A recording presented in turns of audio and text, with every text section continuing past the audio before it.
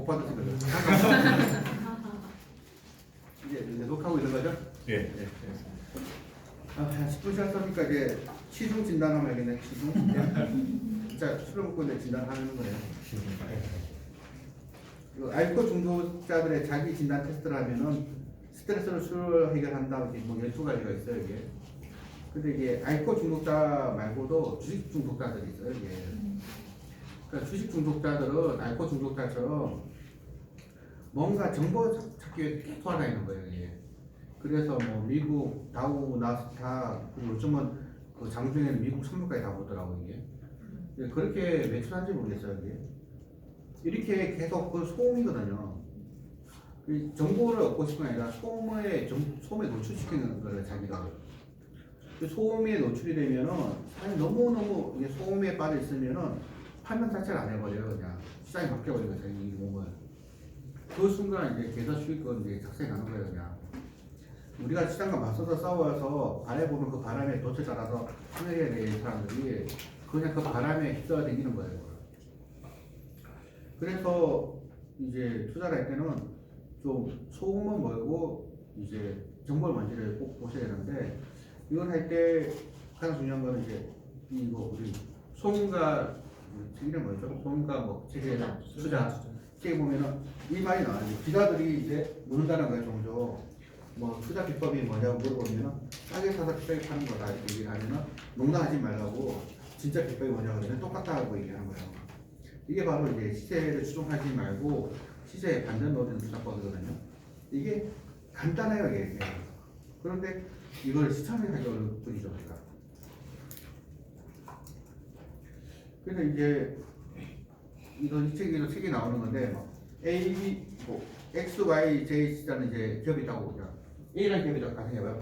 그러니까 에너지스트가 있는데 어떤 에너지스트는 굉장히 유명한 에너지스트여서 1년 전에 이미 이 기업에 실적 다 예측을 해놨는데 이 예측이 정확했어요.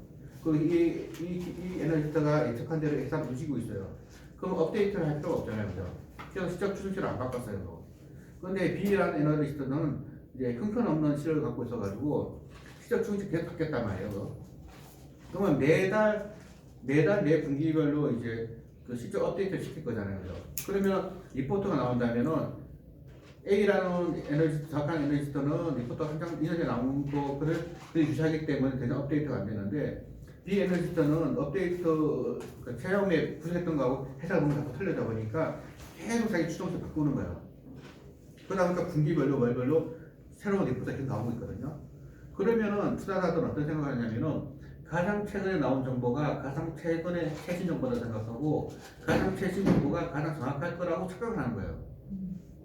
우리는 가장 멍청한 에너지스트를 보고 있는 건데 가장 유능한 에너지스트로 착각을 한다는 거예요. 그러면 우리가 신감기에는 다 듣고 있잖아요. 그죠? 신감기에 나와서 계속 얘기를 하는 분이 있는데 그 본인의 얘기가 계속 달라지고 있으면 그분은 매우 훌륭한 에너지스트가 아니라 매우 못 맞추고 있는 이제 에너지스트라는 거죠. 근데 우리가 이렇게 자주 나오면은 그분이 유능하다고 착각을 하는 거예요. 이게. 오히려 한 번 나오더라도 큰 울림을 줄 수 있고 그게 정확했다면 그 분의 말이 맞는 거거든요. 그죠? 근데 우리는 이게 최신 편향에 빠져 있어갖고 최근 정보가 과거 정보보다 더욱 이제 유용한 정보라는 소음의 정보를 착각한다는 거예요. 근데 이런 착각에 빠지지 않으려면 제가 늘 얘기하지만 시황만 보지 말고 주말에 한번 정보 배속으로 보시라. 그리고 그날 아침 방송하고 퇴근길 페이지 2 같은 경우는 딱 봐가지고 좀 있으면은 잘라서 올라오거든요. 그러면 설거지할 때 1.5배속으로 싹 떨어지면 그만 가거든요. 그렇게 하면서 그 중에서 소음과 정보를 구분해 쓰면 좋겠다는 겁니다. 그리고 이제 기자라는 건데 이제 애널리스트가 어떤 분인지에 대해서 정확하게 얘기가 필요할 것 같아요. 이게. 애널리스트는 우리는 이제 러프하게 이렇게 생각을 하시면 돼요. 기자라고 생각하면 돼요. 기자. 분석가가 아니에요. 이 사람들은. 그러니까 어떤 회사가 있으면 그 회사에는 IR 부서가 있잖아요. 좀 큰 기업 같은 경우는. IR 부서가 있으면 IR 부서에서는 이제 작은 기업은 담당 한 명이고 좀 큰 데는 두세 명까지 있는데 그러는데 거기서 자기 기업의 사업 계획서라든지 뭐 올해 그 매출 같은 거를 전부 다 알려줘요. 애널리스트한테. 그럼 애널리스트는 그 회사 자료를 가지고 고객사와 고객들한테 이해하기 쉽게 편집해갖고 전달하는 역할만 하는 게 에너지스트의 99%라 했더니 에너지스트가 막 항의하더라고요. 나는 그렇게 하고 있다고 해서 99%야 90% 정도는 그렇게 하고 있어요. 그래서 에너지스트에 대해서 너무 가진할 필요 없다는 거예요. 에너지스트가 이 기업은 올해 뭐 매출이 작년보다 30% 이상 늘어날 거고 영업이익은 40% 늘어날 겁니다라고 얘기했다면은 그 이야기의 뒷면에는 회사를 이렇게 얘기하더라는 겁니다. 내가 회사에 찾아가봤더니 회사에서 올해는 작년보다 30% 매출이 올라가고 영업이익은 40% 올라갈 거라고 얘기하는 걸 제가 들어서 얘기하는 겁니다 하는 게 정확한 팩트예요. 그러면 그런 팩트 없이 얘기한다 그러면은 이렇게 얘기해야 돼요. 우리 애널리스트 김갑동이 회사에 찾아갔더니 회사에서는 올해 매출 30% 늘어나고 영업이 40% 늘어난다고 얘기를 하였는데 그것 우리 애널리스트가 보기에는 그거는 달성 불가능한 이야기입니다. 왜 그러냐면은 어떤 이유 때문에 그거는 과도하게 낙관을 하고 있는 겁니다. 하면 이건 부정이 붙어 만약에 근데 그렇게 안 쓴단 말이에요. 이게. 그래서 우리가 어떤 정보를 취하게 되면 그 정보원이 누구인지 그래서 제가 옛날에 투자할 때는 이제 신문에 기사가 나잖아요. 기사가 나서 어떤 기업에 대해서 내가 투자하는 기업에 대해서 어떤 기사를 쓰면은 그 회사에 전화를 했어요. 그 기사 바꿔달라고. 그리고 기사가 연결되면은 누구한테 이 얘기 들었냐고 내가 따졌어요. 그걸. 회사에 누가 이런 얘기 하느냐.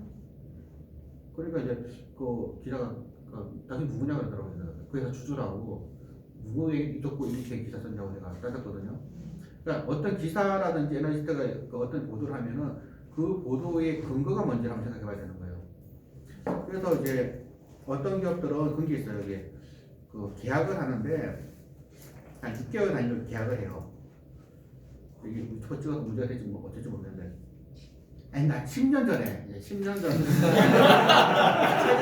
10년 전에 어떤 기업은 그랬어요. 요즘 그런 게 없을 거예요. 그때는 어땠냐면 나도 사기끼려 이제 빠져나가고 만약에 이제 기업 AI 담당자가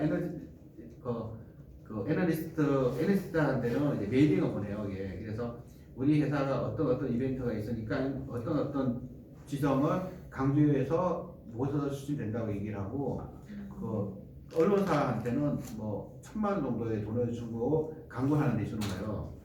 근데 계약을 할 때 2개월에 한 번씩 우리 회사에 대해서 어떤 우호적인 기사를 내달라 이렇게 그래서 기사가 나가는 거예요. 그리고 아이아 담당자 중에는 이제 애널리스트 출신이라든지 이제 기자 출신이 그쪽 담당자 가는 경우가 있거든요. 그분들이 아예 기사까지 둘이 다 써줘요. 그냥 일을 해서 이름만 바꿔서 내시면 됩니다. 이렇게 이런 게 많이 있거든 사실은. 그래서 신문 기사나 애널리스트의 보고서에 원 소스가는 회사에서 나오는 게 대부분일 거예요. 그러니까 회사가 바라는 바대로 될 거라고 믿는 것 자체가 웃기잖아요. 우리는 사실은. 그게 우선 생각해보자는 거예요.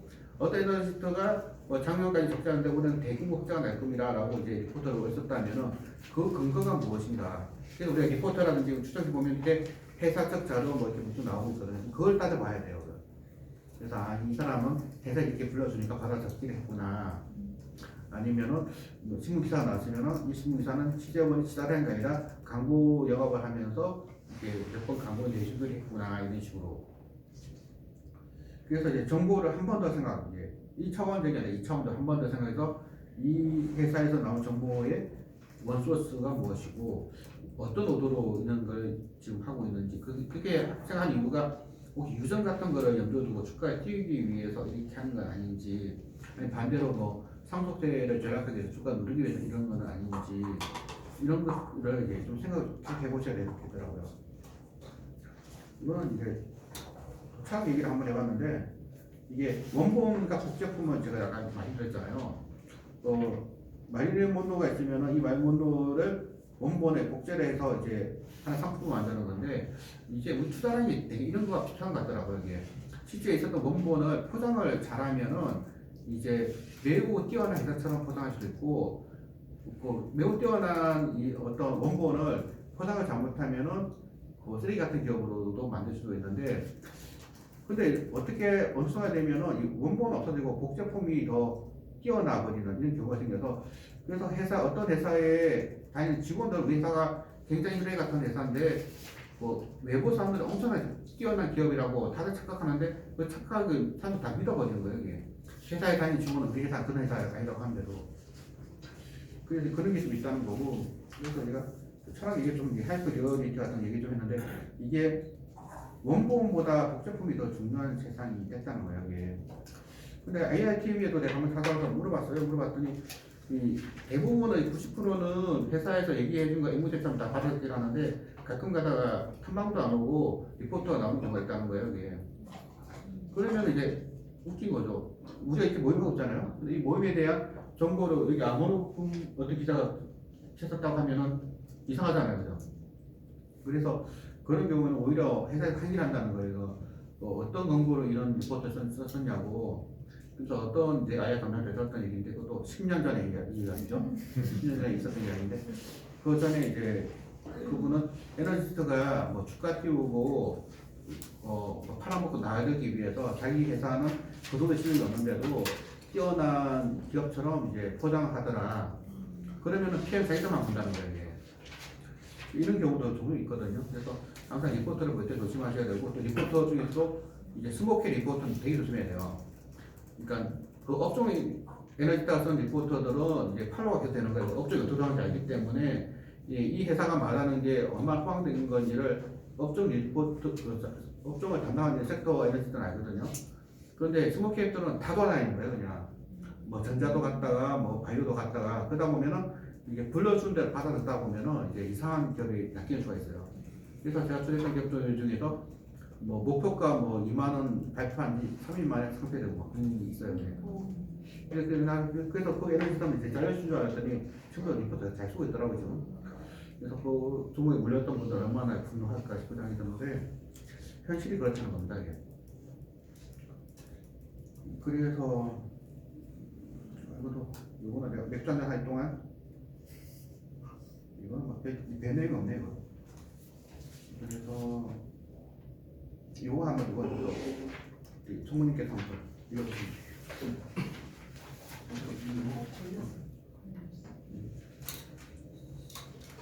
과거 주가 차트를 보면 현재 우리는 과거 실적을 알 수 있다.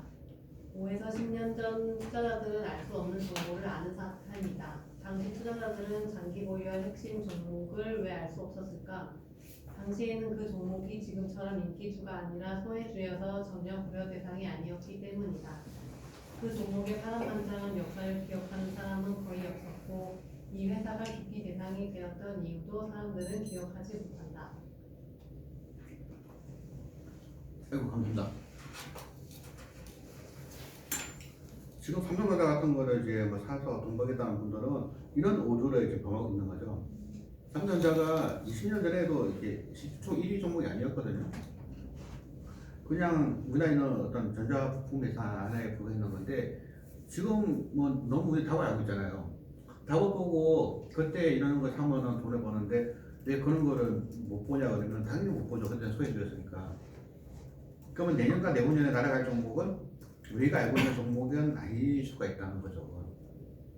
그래서 이제 그거를 이제 계속 찾아볼 거고요. 이게 후견진명 이제 편향이라고 하죠. 그래서 이제 이 예상치 아이콘이 한마디 이렇게 돌아가거든요. 그때 소음이 없을 때가 매수하고 소음이 넘어갈 때 매도를 하는 건데 일단 최근에 한번 지금 바닥인지 바닥이 아닌지에 대한 소음이 되게 많잖아요. 그죠? 엄청 많죠. 그게. 그러면 지금 살 때는 아닌 거예요. 그죠? 진짜 살 때는 소음이 없어요. 전부 공포에 질려있지. 그래서 이런 식으로 이제 남들이 어떻게 생각하는지를 한번 촬영해 보는 게 좋을 것 같더라고요. 그래서 어떤 시점에 이거 사고 싶을 때 내가 굉장히 힘들잖아요. 그러면 제가 해야 될 거는 남들 힘들다는 거예요. 이게. 지금 한 2주 반납하고 나니까 사고 싶지 않아요. 지금 다들. 지금 이제 다시 V자 반납할 것 같잖아요. 그죠? 네. 그럼 남도 그렇게 생각하는 거예요.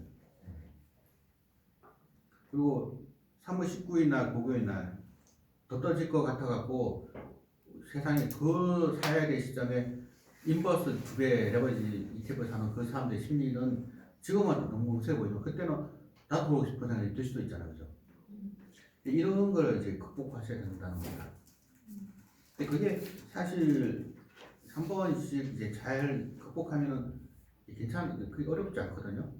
이제 초심자들은 이제 우리가 요가 같은 것도 해보시면은 꼭뭐 어려운 것 같지 않은데 내가 하면 안 되잖아요. 이제 그렇게 좀 훈련이 좀 필요한 것 같습니다. 이게. 그래서 근데 이제 이거는 우리 또 남자 총님께서 우리 총님이 만난 거예요. 성장주 투자자와 가치주 투자자. 성장자 투자자는 주식을 지나치게 오래 보유하는 경향이 있고 가치주 투자자는 지나치게 서둘러 주식을 사는 경향이 있다. 가치주 투자자는 싸게 사기가 어렵고 성장자 투자자는 비싸게 팔기가 어렵다. 성장 투자자의 성패는 매수가 아니라 매도에 갈린다. 가치 투자자는 모든 악재가 이미 주가에 반영되었다고 생각하지만 이후에도 주가는 상당 기간 하락할 수 있다. 이게 좀 뼈를 때리는 말이거든요, 이게. 그런데 우리는 이제 가치 투자를 제한하겠다고 지금 하고 있는 거잖아요. 그러면 여기서 중요한 거는 서도 사면 안 된다는 거예요. 그리고 싸게 사야 되는 무조건. 이게 우리의 이제 핵심 과제예요. 근데 성장 투자자는 비싸다 더 비싸게 팔아야 되기 때문에 더 비싸게만 팔 수만 있으면 돌아보는데 그게 불가능하거든요, 그게. 우리가 할 수 있는 게 아니고 우리는 싸게 사서 비싸게 팔아야 되는데 진짜 싸냐가 문제인 거예요, 이게. 그리고 지금 이제 1700까지 올라온 이 시점에 지금 살까 말까 지금 고민되는 건데 코로나19로 인한 악재가 이미 다 반영된 가격인지 이걸 좀 판단하기 좀 어려운 거잖아요, 지금. 그죠? 그럴 때는 이제 한 가지 방법은 기계적으로 사버리는 거예요, 그냥. 한 달 단위로.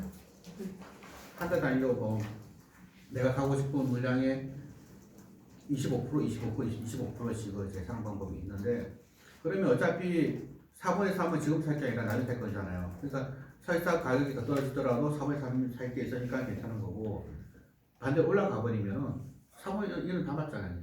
그러니까 더 힘든 거죠, 이게.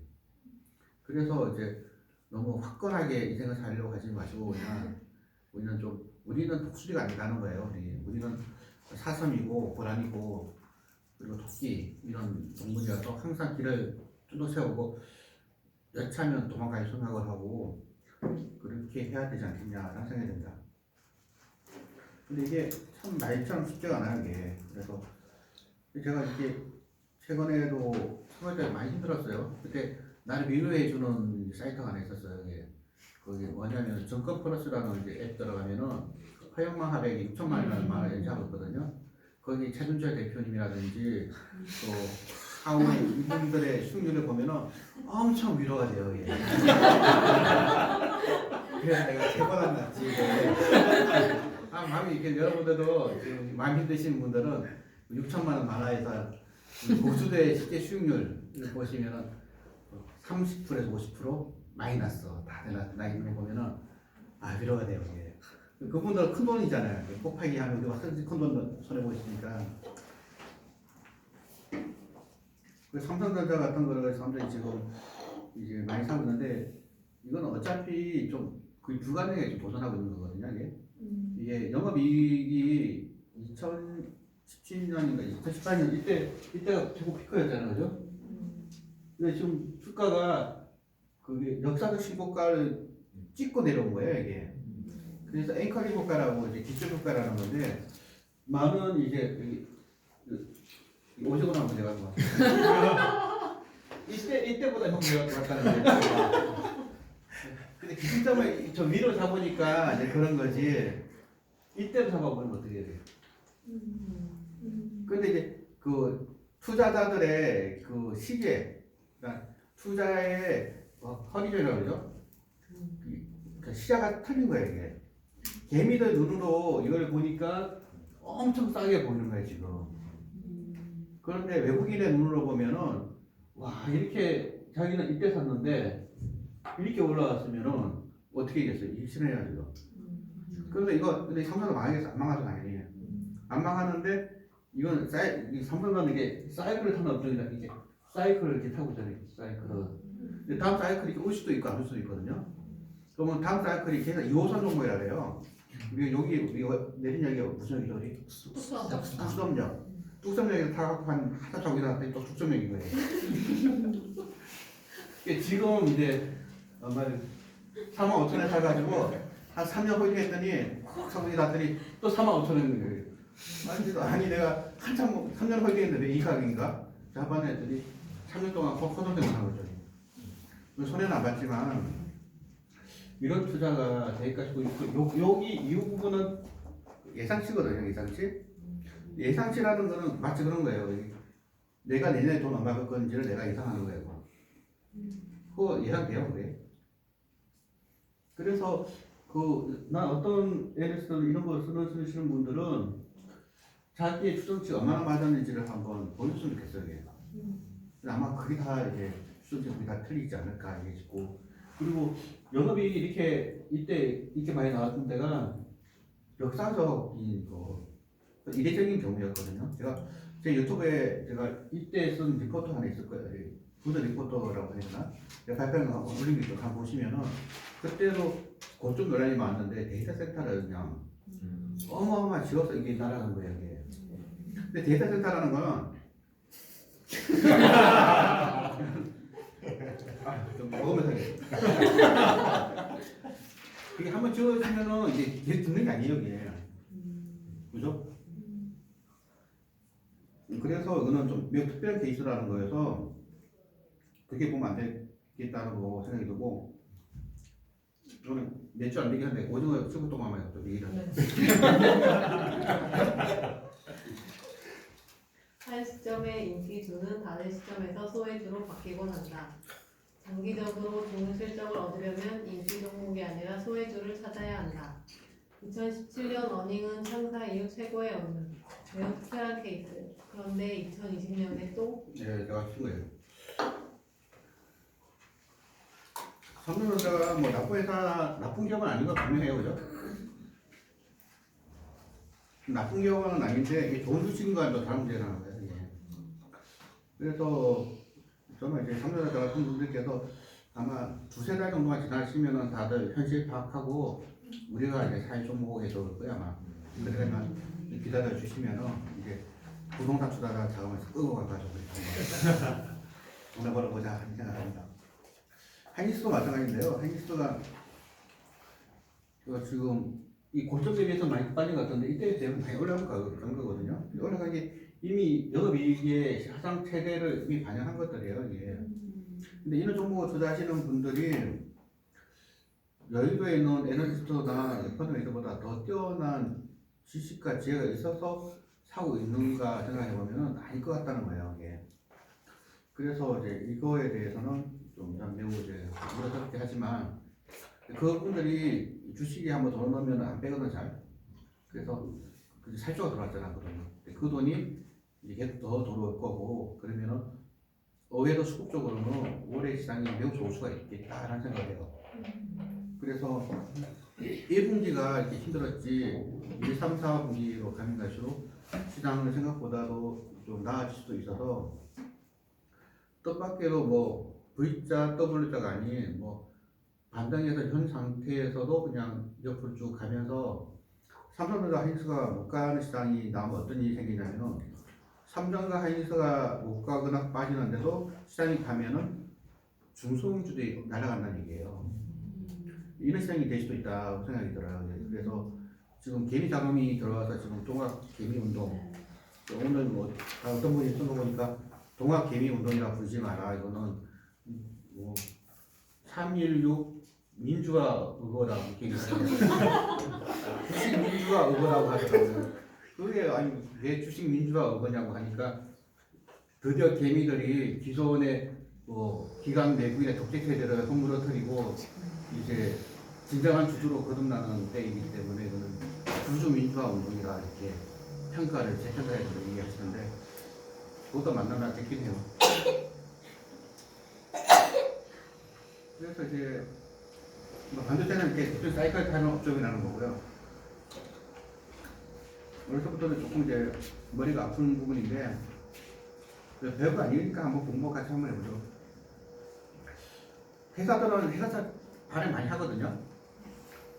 예를 들어서 뭐 ABC라는 회사가 있으면 ABC가 서로 시기에 나는 회사차를 많이 발행을 하는데 예를 들어서 똑같은 회사에서 1번, 2번 이제 부분이거든요. 이게 5년짜리 채권을 발행한다면은 5%로 발행을 해야 될 거고 3년짜리 채권을 발행한다면은 결자 보니까 4%로 발행을 하고 그렇게 하거든요. 한 BBB 플러스 정도면, 저기 BBB 플러스 정도면은 한 5% 4%가 될 거야. 근데 5년짜리 채권을 발행할 때 5%였고 3년짜리 채권을 발행할 때 4%인데 5년짜리 채권이 발행된 지 2년 지났다고 가정을 해봐요. 그럼 만기가 이제 3년 남았잖아요. 그죠?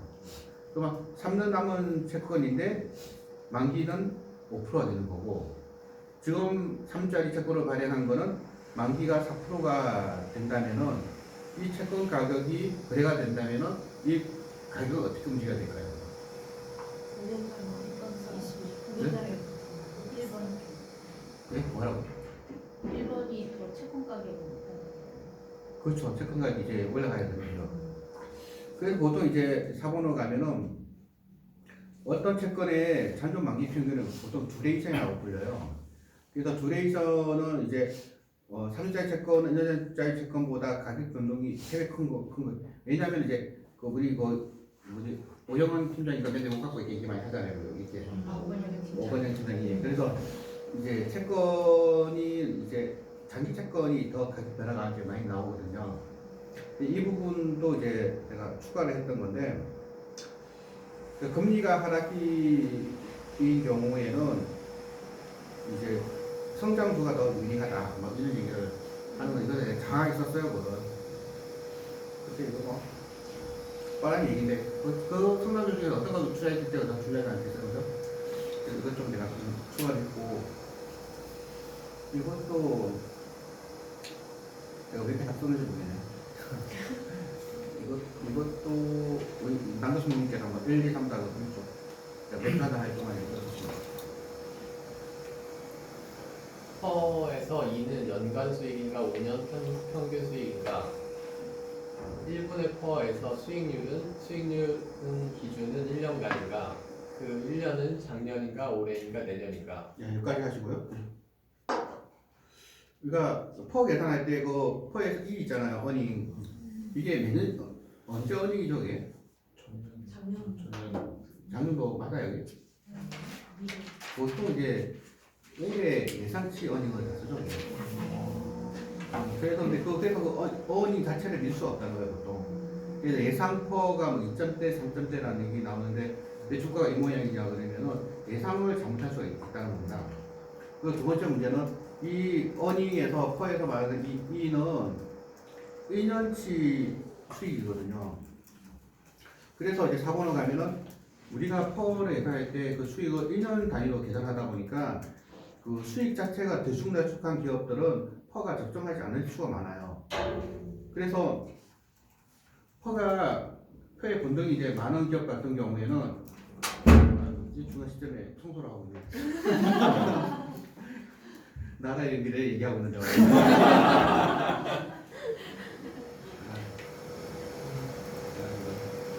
너무 잘 되겠죠 뭐. 잠깐 끄고 안 끄고 그냥 잠깐 쉬었다 하죠 뭐. 몇 번을 끊고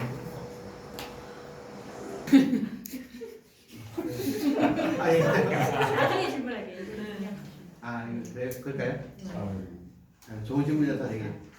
여기까지만 하고 이제 시간이 9시쯤 됐죠 지금 몇 시에요? 16분. 네 그러면 이거 이상만 하고 이제 이번 유튜브 이제 그만하고 이제 토론하는 걸로 이렇게 하겠습니다. 이게 너무 이게 제 얘기만 다 해버리면은 이제 토론이 안 되니까. 그래서 이제 청소는 끝난 것 같고 청소 이제 중단해야 되라는 거죠? 네. 우리가 좀 중요한 거 이렇게. 나라가 중요한. 그래서 제가 이 사회에서 말씀드린 게 뭐냐면은 우리가 퍼 같은 계산할 때 이 부분이 1년 단위로 계산하는 거라는 거에서 신뢰성이 많이 떨어질 수 있다는 거예요. 그래서 이거를 이제 너무 신뢰할 수는 없다는 거고 또 하나 또 아쉬운 점이라고 해야 되나 좀 이제 앞서 첫 번째 시간에 말씀드린 것처럼 슈퍼개미들이 98년 슈퍼개미가 있고 2008년 슈퍼개미가 있고 2020년 슈퍼개미가 나오고 있잖아요. 네. 근데 2020년 슈퍼개미들이 3뒤에 나오면은 그분들이 아마 이런 얘기 할 것 같아요. 내가 주식시장에 들어갔을 때 퍼가 2.3점대였지만 아무도 거들떠 보지도 않고 있었다라는 얘기를 할 거예요. 그때 우리는 투자를 하고 있었잖아요. 우리가 왜 그 종목들을 사지 못했는지를 새로운 사람들 모르는 거예요, 이게. 그래서 우리가 이제 그런 젊은 친구들이 사겠다 그러면은 나 때는 말이야 할 거 아니에요. 왜 그게 빠질 수밖에 없는지 얘기할 텐데 이 젊은 친구들은 우리 말 안 들을 거예요, 이게. 그리고 그런 친구들이 말을 듣지 않고 퍼 2점대, 3점대를 샀다가 우리는 전부 다 지금 퍼가 낮은 게 2년 수익을 이게 신뢰를 하지 못했기 때문에 우리는 투자를 하지 않았는데 새로운 피더는 못 모르잖아요, 이게. 그래서 이 친구들은 막 내지를 거예요. 그 내지를 갖고 얘 빼먹고 나면은 이제 내가 살 때는 아무도 퍼가 2점대, 3점대였고 배당 수익이 10%였는데도 아무도 보지 않는 걸 난 주서 알아봤다. 그리고 3년을 버리겠더니 10배가 가서 슈퍼 김리가 되었다고 한 10년 우러먹고 난 다음에 그때 레버리 막 쓰고 투자하다가 2030년에 또 폭락이 오면은 그 사람도 망하고 새로운 또 사람이 나타나갖고 또 큰 얘기를 한 거예요. 내가 투자할 때는 퍼 2.3대가 돌아다녔지만 아무도 그것도 보지 않았다. 이게 1949년 벤저민 거래원이 현명한 투자를 쓴 이후로 계속 똑같은 얘기 계속 반복되고 있었단 말이에요. 그래서 우리는 이제 이 어닝에 대해서도 계속 생각해야 된다는 게 2년 어닝인지 5년 어닝인지 앞으로 이게 계속 지속 가능한 어닝인지. 그래서 시장이 계속 영리해지고 있거든요. 그래서 예전에는 분기 시점만 좋아지면 주가가 날아갔어요, 이게. 근데 점점점 이게 안 통하기 시작해요, 이제. 그래서 뭐 이번 일부 시장이 어닝 서프라이즈가 나오더라도 2분기가 안 나올 것 같으면 주가 빠져버려요, 그냥. 이제는 시장이 더 영리해져 가지고 이제 성장이 계속 될 것 같아요. 적어도 2, 3년 될 것 같은 것만 이제 움직이기 시작하더라고요, 이제. 근데 그러한 시장에 우리는 적극적으로 변화에 적응을 해야 된다는 겁니다. 그리고 이제 5번 부분은 이제 우리 총무님이 남수님께서 5, 6, 7 다 한번 얘기해 주세요. 워런 버핏은 가격이 폭락한 후 오랫동안 침체를 보이자 1997년 전 세계 연간 전 공급량의 20%에 해당하는 1억 3천만 온스를 온스당 $5에 집중 매입한 적이 있다. 이후 가격은 2012년 $30 이상으로 올랐다. 워런 버핏의 이 은 투자에 대해서 어떻게 생각하는가? 과거 조선 경기가 좋았을 때 포스코는 대우조선해양을 인수하려 하였지만 포스코 지분을 갖고 있었던 워런 버핏은 이를 반대하여 무산시킨 바 있다. 왜 워런 버핏은 포스코가 대우조선해양을 인수하는 것을 반대하였을까? 필립 피셔는 향후의 경제 상황이나 업황 등을 예상에 적중할 확률이 10%도 되지 않는다라고 말하였으며 워런 버핏은 시장 전망으로 투자 의사를 결정하지 않는다라고 말한 바 있다. 가치 투자라면 시장 전망에 주의를 기울여야 할까? 네. 이게 5, 6, 7 이 세 가지 이제 질문이 딱 논란에 있는 종목 질문들이거든요. 워렌 버핏이 뭐 실무 자산 투자를 하지 않는다는 것은 사실 맞지 않는 얘기라는 거예요. 이미 97년도에 전체 1년의 생산량의 20%에 대한 막대한 은을 사가지고 한 6배를 먹어버렸더라고요, 이게. 그러면은 우리가 버핏이 하는 게 가치 투자라면은 은, 금, 지하철, 원유 같은 거 투자하는 게 그러면 투기인가라고 또 생각해 볼 필요가 있다는 거예요. 제가 이제 미리 보내준 자료에도 원유 자료가 있었잖아요, 그렇죠? 그러면 원유가 20불 이하로 이제 움직여졌을 때 그렇게 엄청나게 폭락했을 때 이미 이제 그 일에서 끝나버렸죠, 이거 이미 반응해버렸으니까. 그건 정말 투기였었다를 한번 생각해봤으면 좋겠고요. 그다음에 이제 6번에 가서 포스코 지분 갖고 있었던 건 다들 알고 있잖아요. 근데 포스코가 이제 대우조선해양을 인수하려고 그랬거든요. 그때 버핏이 이제 마비를 해가지고 무산된 적이 있었는데 그러면은 포스코는 사도 되고 대우조선해양은 사면 안 된다고 판단한 근거는 무엇일까? 이건 어떻게 하면 이거 한번 같이 한번 생각해봤으면 좋겠어요. 그리고 마지막으로 필리피서 얘기인데요. 시장 전망을 할 필요가 없다는 거예요. 필리피서는 확률이 10%도 되지 않는데 이제 이걸 갖고 전망을 해서 투자를 한다면은 주사위 던져서 나오는 숫자 보고 투자하는 것보다 못한 거잖아요, 이게. 그래서 어차피 코로나19가 어떻게 해결되고 할지를 생각하면 할수록 투자를 못하게 될 거예요, 이게. 답이 없으니까. 그래서 우리가 집중해야 될 거는 코로나19가 어떻게 해결될 것이고 그로 인한 주가가 어떻게 움직일까 생각하는 것보다는 그냥 우리는 어떻게 지금 그 숫자들이 과열되어 있는지 과열되지 않았는지 이런 걸 보고 투자를 논의하는 게 훨씬 더 유익할 것이고 그리고 훨씬 더 밤잠 잘 잘 수 있는 길이 아닌가 싶다는 겁니다. 그래서 여기까지 이게 토나게 몇 개 나왔죠. 그리고 이제 시간이 벌써 9시 반쯤 됐으니까 한 여러분들 한 10분씩만 얘기하더라도 10시가 될 거야. 예, 유튜브 얘기까지만 하고 이제 끊도록 하겠습니다.